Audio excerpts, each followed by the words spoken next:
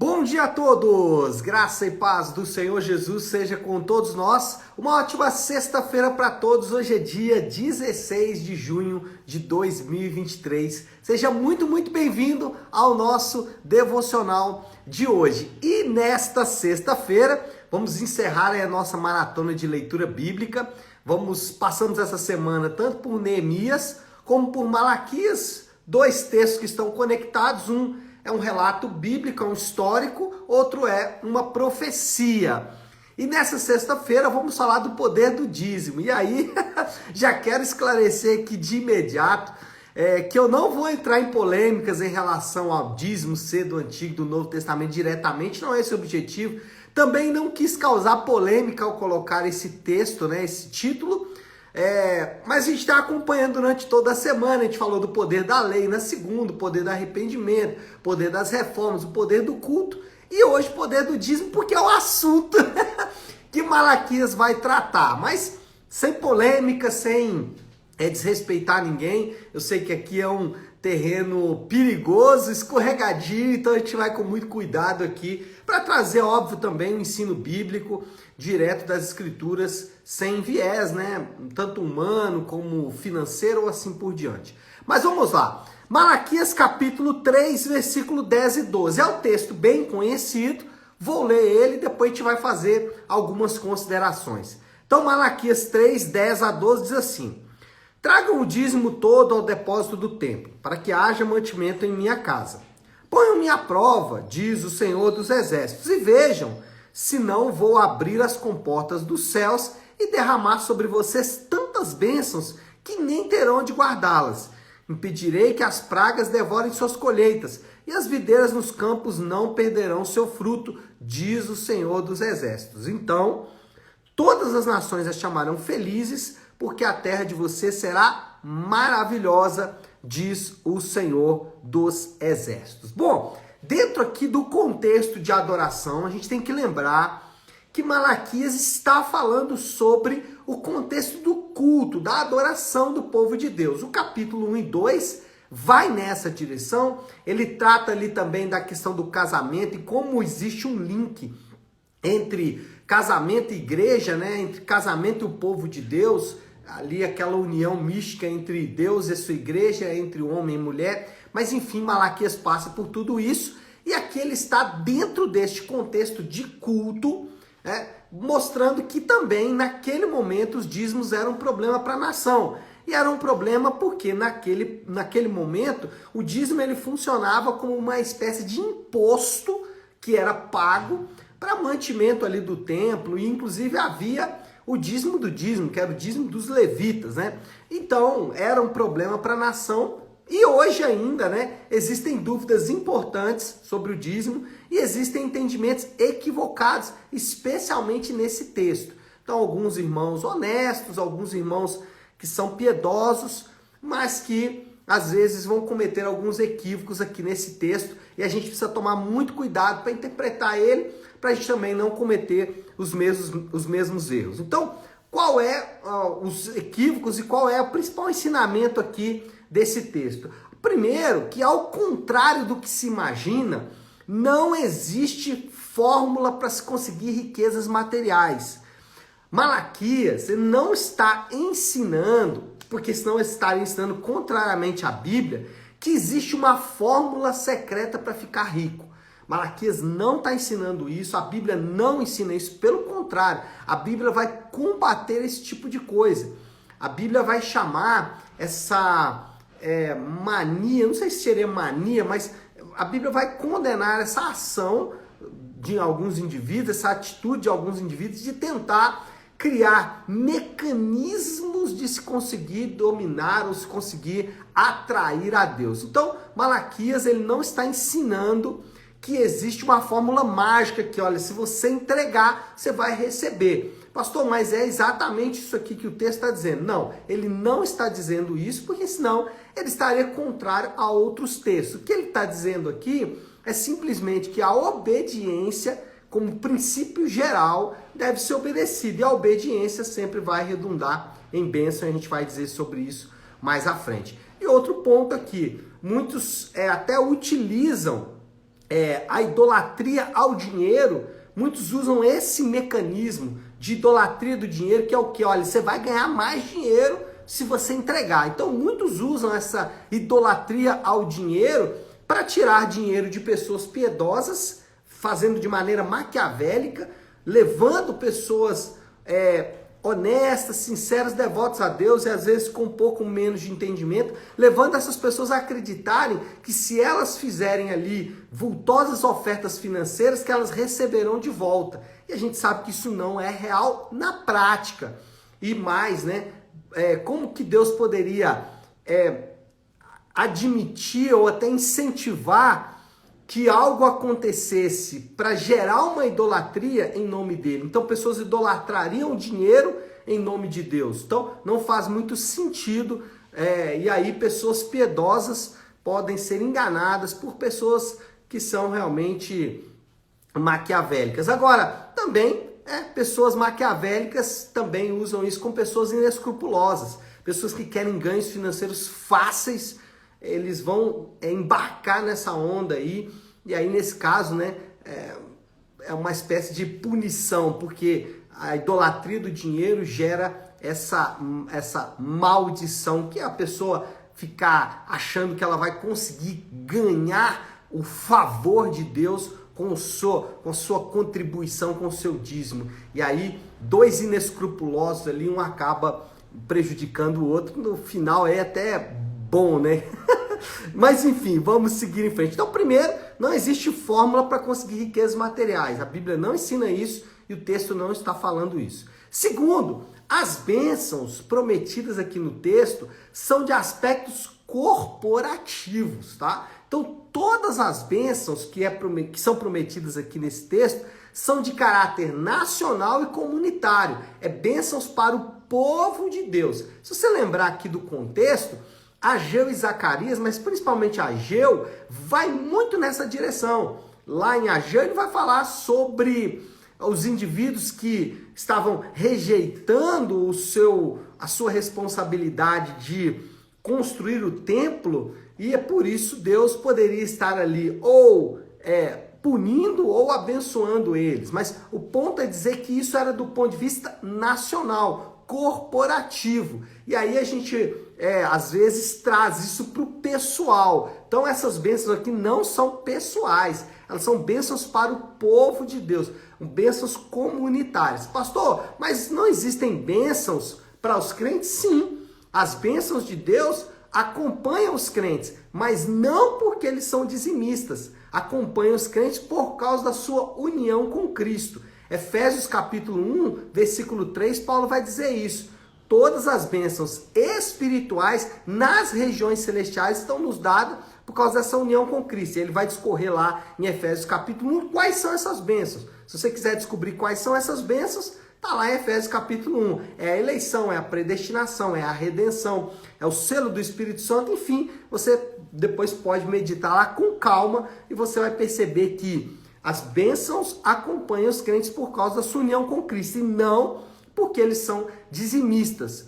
Não existe essa conexão, como eu disse, porque senão nós teríamos uma pseudo feitiçaria, né? ou uma forma de manipular Deus. Eu faço aqui, o Senhor tem que fazer de volta. Esse ensino não é bíblico em nenhum ponto, nem no Antigo Testamento e nem no Novo Testamento. Sempre o povo de Deus, ele deve agir com o Deus da aliança com gratidão e não como forma de atrair o favor dele, porque isso só se consegue através da aliança, no caso da nova aliança, através da aliança em Cristo. Bom, agora a gente entra num ponto. Eu acho que aqui já desfez muita coisa. Primeiro, não existe fórmula mágica. Segundo, as bênçãos elas são de aspecto corporativo. Terceiro, os princípios gerais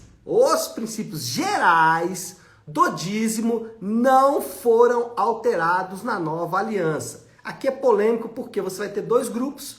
Um grupo que vai dizer, não, o dízimo do jeito que está na antiga aliança foi trazido para a nova aliança. Então você entrega e recebe, como eu disse agora há pouco. As bênçãos são do ponto de vista pessoal, se você entregar você vai receber. e aí alimenta a idolatria das pessoas pelo dinheiro e assim por diante. Então, algumas pessoas dizem, olha, essa conexão, essa continuidade é plena, assim como era no Antigo Testamento, é no Novo. Outros vão dizer de uma descontinuidade plena. Vão dizer, olha, o dízimo era no Antigo Testamento, não tem mais, no Novo Testamento não existe mais isso. Você não tem de maneira direta, não existe uma desconexão de maneira direta ao dízimo no Novo Testamento. O que existe é uma desconexão parcial disso, uma desconexão em alguma medida disso, mas não total.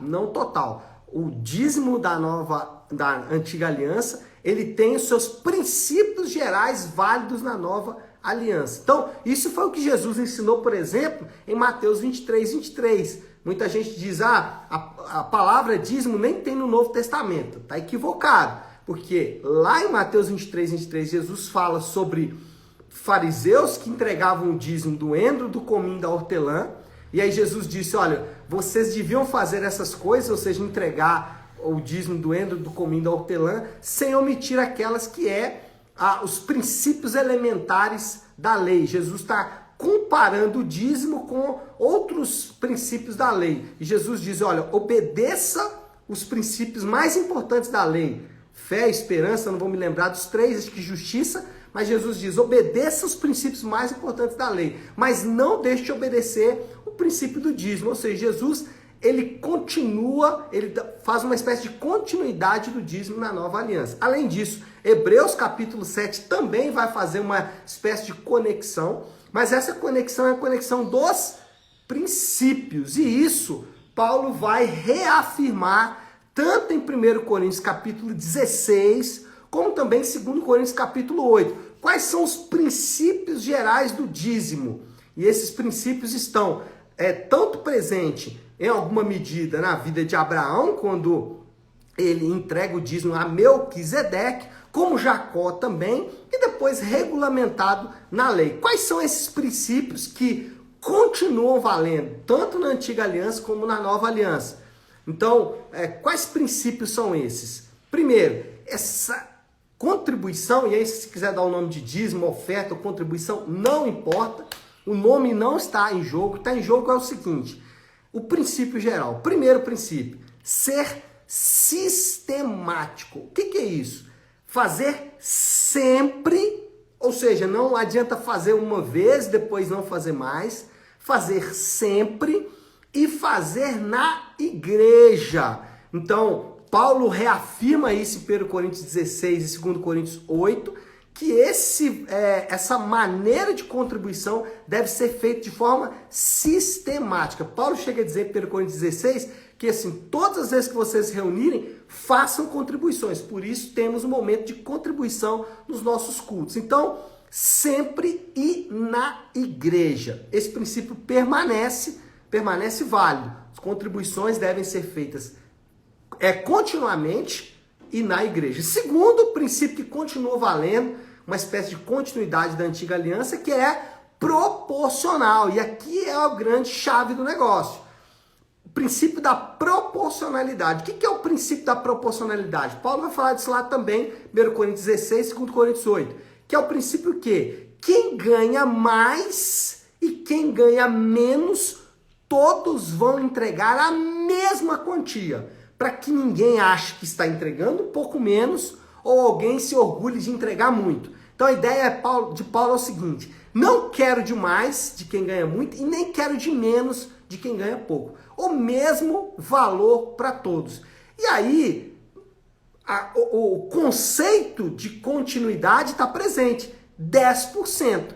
O princípio de 10% continua válido porque quem ganha muito entrega 10% de muito. E quem ganha pouco entrega 10% de pouco. E todos vão entregar o mesmo tanto. É mais difícil para um que ganha muito ou mais difícil para aquele que ganha pouco? Não. É proporcional para todos. Tanto aquele que ganha pouco vai sentir falta daquele valor, porque para ele é importante, como aquele que ganha muito vai ficar preocupado. Nossa, eu vou entregar tudo isso, né? O que vai acontecer? Ou será que eu vou perder?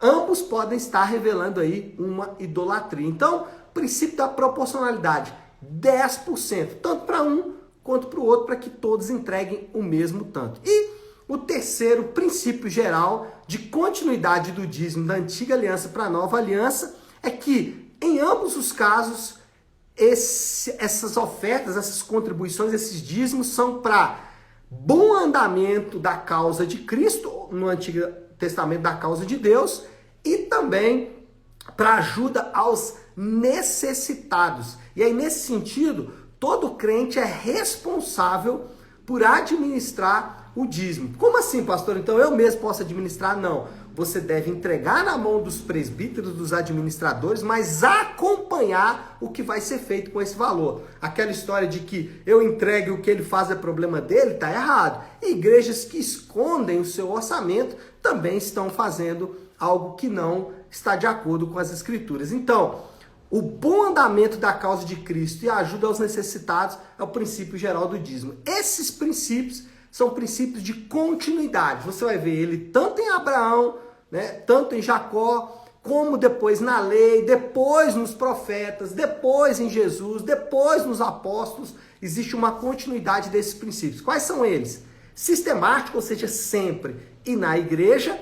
Segundo, proporcional, 10%, para que ninguém entregue ou menos ou mais, e para o bom andamento da causa de Cristo e suprimento dos necessitados. Bom, eu acho que deu uma boa ideia aí, né, do que significa o dízimo, e a gente vai já encerrando por aqui por causa do nosso tempo.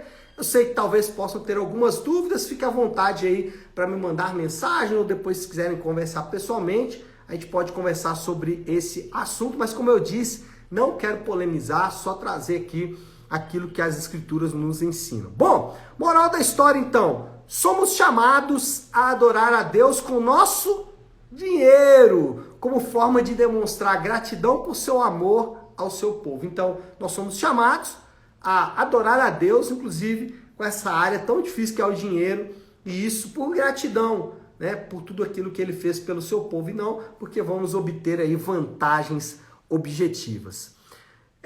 Desafio do Léo aqui, então a prática, né? A prática acho que tá já implícito aí, né? Qual é a prática? Dizime, ou oferte, ou contribua. Você acha que, não, dízimo já foi eliminado no Novo Testamento, ainda que não exista nenhum texto nessa direção, né? Então aqueles que falam, o dízimo acabou na Nova Aliança, estão falando por conta própria, porque o texto bíblico não fala nada sobre isso. Então, mas se você não quiser dar o nome de dízimo, use o nome de oferta, de contribuição, desde que seja naqueles princípios. Sistemático, seja sempre, proporcional, seja 10%, e também com o objetivo, bom andamento da causa de Cristo e ajuda aos necessitados. Vai ter bênção se eu fizer isso? Irmãos, sempre existe bênção quando obedecemos a Deus, mas não é uma relação de troca, é uma relação de gratidão. Ou seja, vamos fazer essas contribuições para a glória de Deus. E quando fazemos para a glória de Deus, sempre o Senhor nos abençoa, porque obedecer a palavra dele é sempre o melhor caminho. Tá certo, meu povo? Chega de falar, né? Malaquias gastou foi tempo, né? Tanto ontem como hoje, extrapolei muito aí o tempo do nosso devocional. Mas vamos orar. Se você puder ir para um instante o que está fazendo. E como eu gosto de fazer sempre sextas-feiras, eu gosto de encerrar a semana de devocionais com a oração do Pai Nosso. Então, se você puder, para um instantinho o que está fazendo e vamos juntos buscar a Deus em oração, orando a oração que o Senhor nos ensinou, a oração do Pai Nosso. Pai nosso que estás nos céus, santificado seja o teu nome. Venha o teu reino, seja feita a tua vontade, assim na terra como no céu. Dá-nos hoje o nosso pão de cada dia. Perdoa as nossas dívidas, assim como perdoamos aos nossos devedores. E não nos deixes cair em tentação, mas livra-nos do mal, porque teu é o reino, o poder e a glória para sempre. Amém, amém e amém. Amém, meu povo? Bom, então é isso. Nós vamos ficando por aqui. Que Deus te abençoe. Uma ótima, uma excelente sexta-feira para todos. Fiquem com Deus.